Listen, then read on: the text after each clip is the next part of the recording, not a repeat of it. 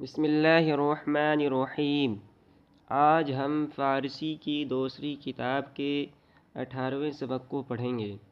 تو ہمارا سبق چل رہا تھا فارسی کی دوسری کتاب میں انتخاب از گلستاں، اور اس میں ہم حکایت اول کو پڑھ چکے ہیں اور آج ہم حکایت دوم کو پڑھیں گے۔ تو ہم سبق شروع کرتے ہیں۔ حکایت دوم۔ سرہنگ زادہ را۔ سرہنگ کے معنی آتے ہیں کوتوال کے، جس کو ہم سپاہی کہتے ہیں، اور سرہنگ زادہ کے معنی آتے ہیں کوتوال کا لڑکا، سپاہی کا لڑکا۔ سرہنگ زادہ را، ایک سپاہی زادے کو در سرائے اغلمش،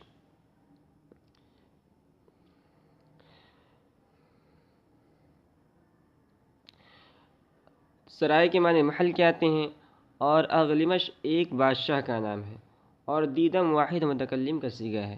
تب ترجمہ ہوگا سرہنگ زادہ را در سرائے اغلمش دیدم، ایک سپاہی زادے کو اغلمش کے محل میں دیدم میں نے دیکھا کہ عقل و قیاستے، عقل کے معنی عقل کے آتے ہیں، اور قیاستے اور فہم و فراستے، یہ چاروں لفظ جو ہے تقریباً قریب ہیں۔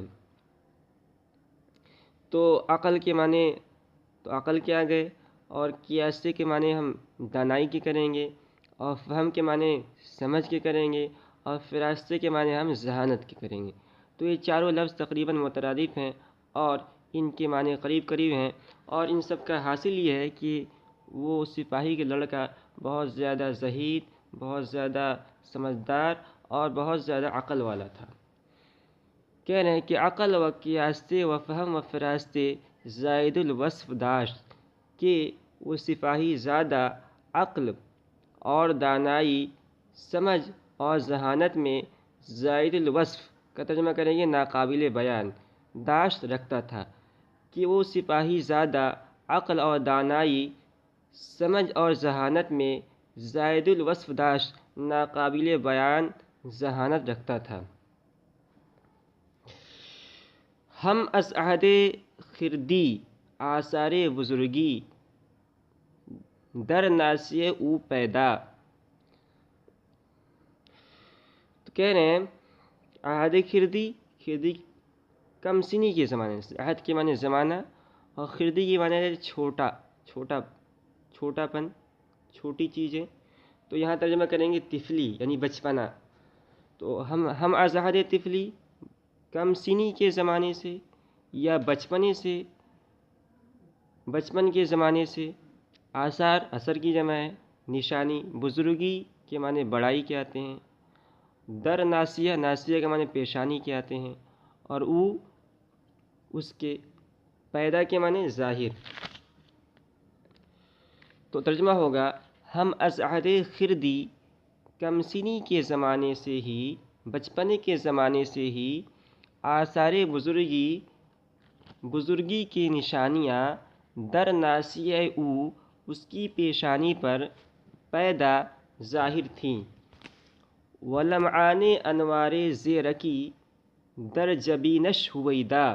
لمعان کے معنی جھلک، چمک، انوار نور کی جمع ہے، روشنی، نور، اور زیرکی کے معنی آتے ہیں عقل مندی کے، اور جبین کے معنی آتے ہیں پیشانی کے، اور شین ضمیر ہے جو اس سپاہی زادے کی طرف راجع ہے، اور ہویدا کے معنی ظاہر ہونا، عیاں ہونا۔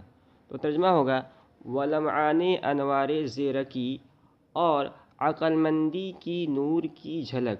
لمعان انوار زیرکی، آخری ترجمہ کریں گے عقل مندی کے نور کی جھلک در جبینش، اس سپاہی زادے کے پیشانی پر، ہویدا عیاں تھی، ظاہر تھی۔ بیت کے معنی آتے ہیں شعر۔ تو اس شعر کے اندر بھی، شعر میں یعنی منظوم کلام کے اندر بھی اس کی عقل مندی کو بیان کیا گیا ہے۔ کہہ رہے ہیں بالائے سرش ز ہوش مندی۔ بالا کے معنی اوپر کے آتے ہیں، اور سرش سر کے معنی سر کے، اور شین ضمیر ہے جو اس سپاہی زادے کی طرف راجع ہے، اور ہوش مندی کے معنی عقل مندی کے۔ تو بالائے سرش ز ہوش مندی، اس کے سر پر عقل مندی کی وجہ سے، بالائے سر سرش اس کے سر پر ذہوش مندی عقل مندی کی وجہ سے، می طافت ستارہ بلندی، می طافت چمک رہا تھا، ستارہ بلندی بلندی کا ستارہ، می طافت ستارہ بلندی بلندی اور بڑائی کا ستارہ چمک رہا تھا۔ فی الجملہ مقبول نظر سلطان آمد، فی الجملہ کا ترجمہ کریں گے حاصل کلام، خلاصہ۔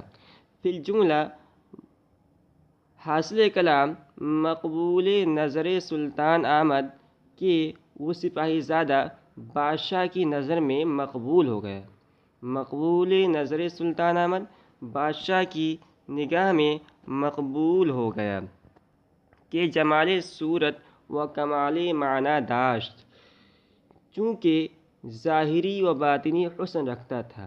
جمال صورت یعنی شکلاً خوبصورت ہونا، و کمال معنی یعنی اندر سے انسان کا جو باطن ہوتا ہے وہ اس کا اچھا اور خوبصورت اور حسین تھا۔ تو جمال صورت کا ترجمہ کریں گے ظاہری حسن، اور کمال معنی کا ترجمہ کریں گے باطنی حسن، کہ جمال صورت و کمال معنی داشت چونکہ وہ سپاہی زادہ ظاہری و باطنی حسن رکھتا تھا۔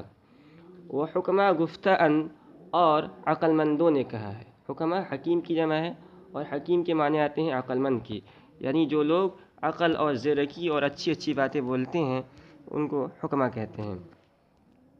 تو کہہ رہے ہیں کہ وہ حکمہ گفتہ ان اور عقل مندوں نے کہا ہے، توانگری بدل اس نہ بمال، کہ مالداری دل سے ہے نہ کہ مال سے، یعنی اگر آدمی کے پاس کروڑوں کی پراپرٹی ہے، کروڑوں روپے آدمی کے پاس ہے، لیکن آدمی کا دل چھوٹا ہے تو وہ حقیقتاً مالدار نہیں ہے، اور ایک آدمی غریب ہے لیکن آدمی کا دل بہت بڑا ہے تو وہ مالدار جو ہے حقیقتاً مالدار ہے، اور حقیقتاً مالداری دل کی مالداری ہے۔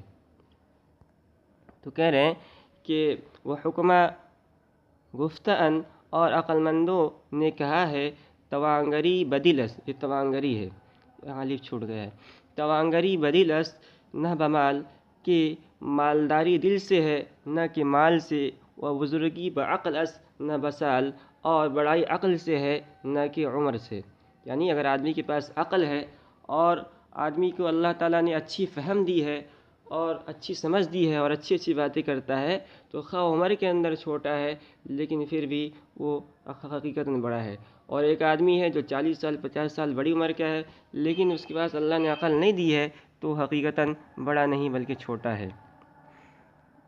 اس کے بعد ایک شعر اور ہے، اور اس شعر کے اندر بھی اسی بات کو منظوم صورت کے اندر اظہار کیا گیا ہے کہ بڑائی یہ عقل مندی کی وجہ سے ہے نہ کہ بڑے عمر ہونے کی وجہ سے۔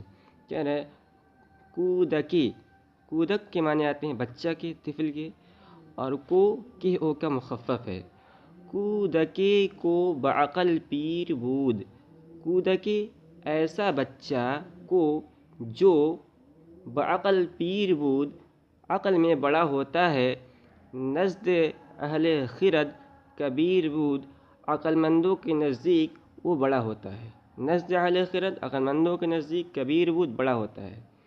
اب اس بچے کے اندر، اس سپاہی زادے کے اندر چونکہ بہت سارے خصوصیات تھی اور بہت اعلیٰ صفات تھے، اور وہ بادشاہ کا مقرب بھی ہو گیا، بادشاہ نے اسے پسند بھی کر لیا، تو اس کی وجہ سے جو اس کے ہم عمر اور لڑکے تھے وہ اس سے حسد کرنے لگے۔ کہہ رہے ہیں ابنائے جنس بر منصب او حسد بردن، ابنائے جنس اس کے ہم عمر اس کے مرتبے پر، ابنائے جنس اس کے ہم عمر لڑکے بر منصب او اس کے مرتبے پر، حسد بردن حسد کرنے لگے، جلنے لگے، وبخیانت متہمش کردن اور انہوں نے اس کو، شین اس سپاہی زادے کی طرف راجع ہے، وبخیانت متہمش کردن اور انہوں نے اس ایک خیانت کی اس پر تہمت لگائی، یعنی اس کے ہم لڑکوں نے تہمت لگائی کہ اس نے جو ہے خیانت کیا ہے۔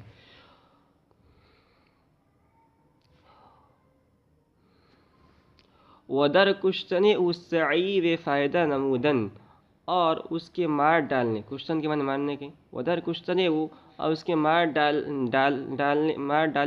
مار ڈالے جانے کی بے فائدہ نمودن بے نتیجہ کوشش کی، یعنی انہوں نے کوشش کی کہ کسی طرح سے بچے کو قتل کر دیا جائے، لیکن وہ کوشش جو ہے بیکار تھی۔ کیوں؟ اس کو شعر کے اندر بیان کیا ہے۔ مصرع: دشمن چہ کند چو مہربان باشد دوست۔ جب دوست مہربان ہو تو دشمن کیا کر سکتا ہے؟ دشمن چہ کند چو مہربان باشد دوست، جب دوست مہربان ہو تو دشمن کیا کر سکتا ہے؟ تو جب بادشاہ کا وہ مقرر تھا اور بادشاہ نے اس کو اپنا قریبی بنا لیا تھا، تو ان کے اس ہیلے اور اس کے قتل کرنے کی کوشش سے اس لڑکے کو کوئی نقصان پہنچنے والا نہیں تھا۔